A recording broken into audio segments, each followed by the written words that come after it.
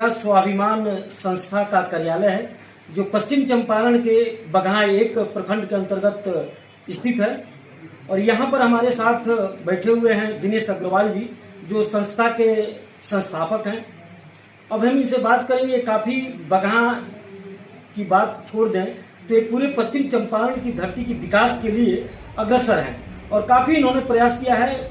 अपना राज्यपाल से लेकर के राष्ट्रपति भवन तक इन्होंने दौरा किया है और बगहा की विकास की बात को लेकर के हमेशा ये अग्रसर रहते हैं। वहाँ अभी हाल ही में राष्ट्रपति भवन गए हुए थे, मिल करके आए हैं वहाँ से हमारी बगहा की समस्या को लेकर के। हम इनसे बात करेंगे कि क्या इनका प्रयोजन रहा है, कहाँ तक इनको सफलता मिली है, इस संदर्भ में हम बात करते हैं। तो सबसे पहले दिनेश अग्रवाल जी आपका स्वागत है हमारे राष्ट्र की खबर यूट्यूब चैनल में।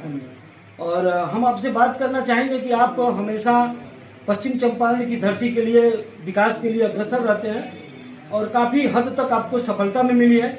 हमने पूर्व में भी देखा है।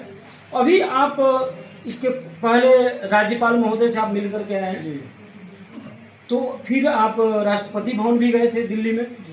तो वहाँ सर क्या प्रयोजन रहा आपका, क्या उद्देश्य रहा, थोड़ा सा हमसे आप साझा कीजिए कि हमारे चैनल पर जो दर्शक हैं देख सकें और आपकी बात को सुनकर समझ सकें। देखिए, एक ही उद्देश्य है कि अपनी माटी, अपने गांव का विकास। और विकास तभी होगा जब चहुमुखी जो योजनाएं हैं उसका लाभ गरीब जनता को मिले। हमारा चंपारण जैसा कि 90% आबादी गरीबों और मजदूरों की है। यहाँ के अधिकतर जो किसान हैं 80% लोग किसानी करते हैं, खेती और मजदूर हैं। हम शहरों को छोड़ दें, आप कोई भी क्षेत्र जाते हैं, चाहे वो आदिवासी जनजाति क्षेत्र हो, उसका कोना हो, बंदाटार हो, बहुत सारे शहर बस्ती हैं जो आज भी जो मूलभूत जो सुविधाएं हैं उनसे वंचित हैं। जहाँ पीने का पानी नहीं है, जहाँ सड़क नहीं है, जहाँ पे स्कूल नहीं है, प्राथमिक चिकित्सा केंद्र नहीं है।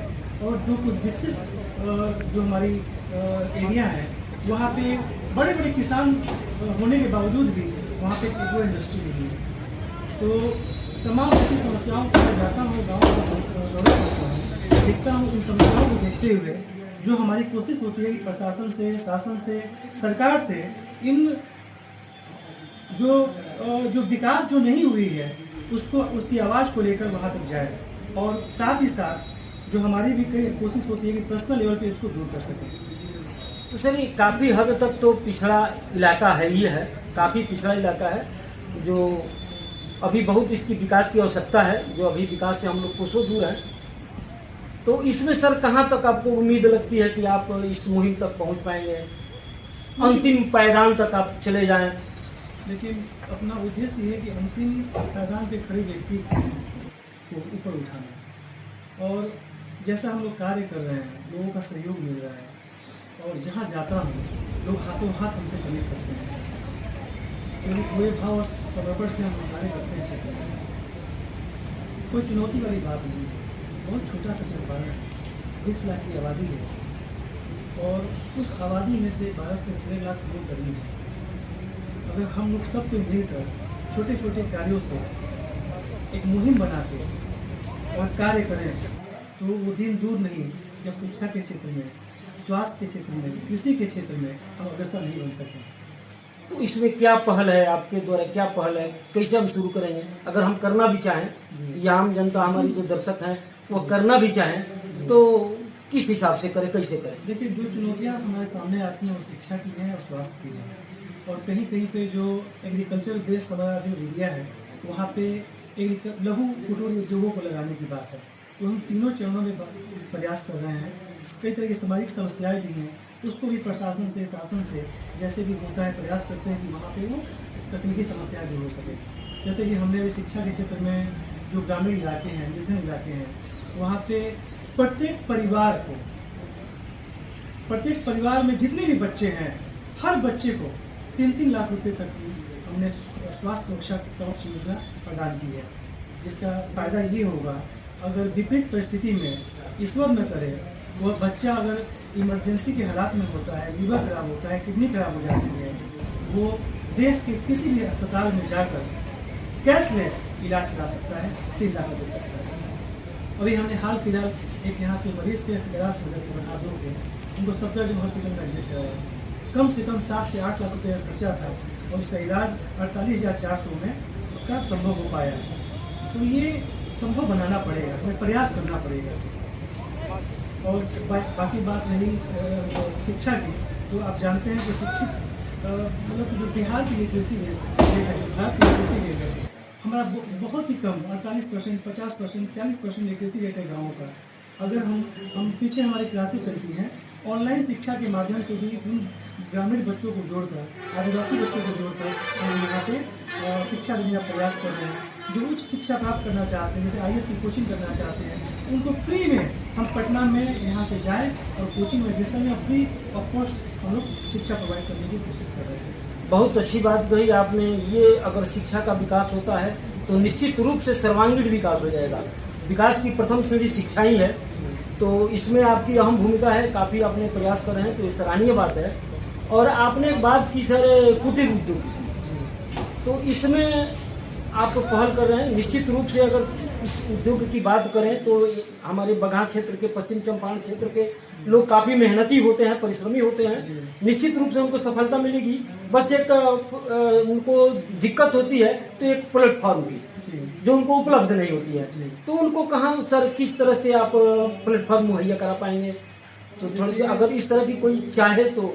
बिल्कुल हो सकता है, क्योंकि अभी तक का जो मेरा अनुभव रहा है, गाँव और जो शहरी क्षेत्र में वहाँ जाता हूँ मैं, तो यहाँ के 50% से ज़्यादा आबादी पलायन के शिकार है।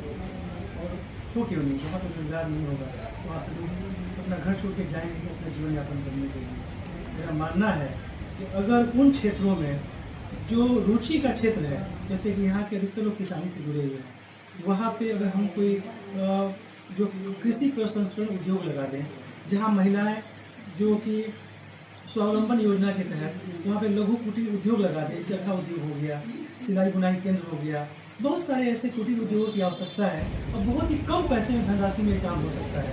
अगर सरकार चाहे, प्रशासन चाहे, NGO चाहे, क्यों नहीं संभव हो सकता है। इसीलिए हम गवर्नर से मिलने भी गए थे और राष्ट्रपति को भी ज्ञापन दिया है। बहुत जल्द आपको नज़ारा अलग देखने को मिलेगा, मेरा पूर्ण विश्वास है। अच्छी बात है। इनका मुख्य उद्देश्य है लोगों में जागरूकता फैलाना। सरकार की योजनाएं, तमाम जो योजनाएं संचालित हो रही है, जो अंतिम प्रावधान तक नहीं पहुंच रही है, जानकारी के अभाव में जो लोग इससे वंचित रह जाते हैं, उन लोगों को इनके संस्था के माध्यम से, मेरा स्वाभिमान संस्था जो चल रही है, इसके माध्यम से ये लोग जन जन तक पहुंचाने का काम करते हैं कि लोग जागरूक होकर के उसका लाभ उठा लें। इसके लिए इन्होंने काफी प्रयास किया है और कर भी रहे हैं। राज्यपाल महोदय से भी मिले हैं, राष्ट्रपति से भी प्रयासरत हैं मिलने के लिए, वहां भी गए थे।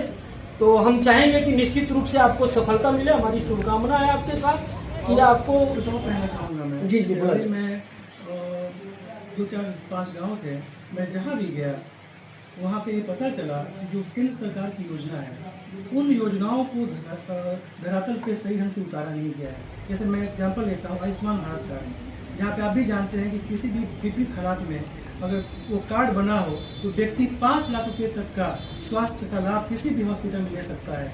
लेकिन 30 से 35% ही लोग ऐसे हैं जिसको कार्ड मिला है। मैं सरकार से कहना चाहूँगा, चाहे बिहार सरकार हो या प्रशासन हो या फिर क्षेत्रीय प्रशासन हो, कि कम से कम उन गरीबों का भला करें, उनको वंचित न रखें, उनको कार्ड उनका बनाया जाए और ये बहुत बड़ा ये वरदान होगा उन ग्रामीणों के लिए। निश्चित रूप से कहीं न कहीं यह बात है कि जो आयुष्मान कार्ड जो बन रहा है, इसमें 5 लाख तक का गरीबों का मुफ्त इलाज होता है। यह सरकार चला तो दी, केंद्र सरकार की योजना है, केंद्र सरकार चला तो दी, लेकिन आम गरीब तक, आम मजदूर किसान तक जो इसके जरूरी पात्र हैं, उन तक ये नहीं पहुंच पाया। बहुत लोगों अभी इससे वंचित है, बहुत लोगों को नहीं मिला है, आयुष्मान कार्ड नहीं बन पाया है, जानकारी के अभाव में हो या जिस तरह से भी हो, नहीं बन पाया है। तो निश्चित रूप से सर को खल रही है और खलनी भी चाहिए और ये बननी भी चाहिए। जो इसके पात्र हैं, जो इसके श्रेणी में आते हैं, उनको आयुष्मान कार्ड बनना चाहिए। सरकार दे रही है तो उसका लाभ भी मिलना चाहिए। लेकिन अब इसकी जागरूकता की कहें या प्रशासनिक जो अधिकारी हैं जमीनी स्तर पर, उनकी लापरवाही कहें या जिस तरह से भी कहें, कारण जो भी हो, सुपात्र जो है वो वंचित हो गए हैं। गरीब को नहीं मिला है, सुपात्र को नहीं मिला है। नतीजतन विपरीत परिस्थितियों में इलाज कराने के लिए उनको काफी कठिनाइयों का सामना करना पड़ता है, अपना जिगर का टुकड़ा जमीन भी बेचना पड़ता है। सरकार दे रही है लेकिन उसका लाभ गरीब तक नहीं मिल पा रहा है। उसके लिए इन्होंने काफी प्रयास किया है और लोगों को जागरूक कर रहे हैं। सरकार से भी अपील कर रहे हैं, प्रशासनिक अधिकारियों से भी इन्होंने अपील किया हमारे चैनल के माध्यम से कि इसका पुनः इसका सर्वे हो या जो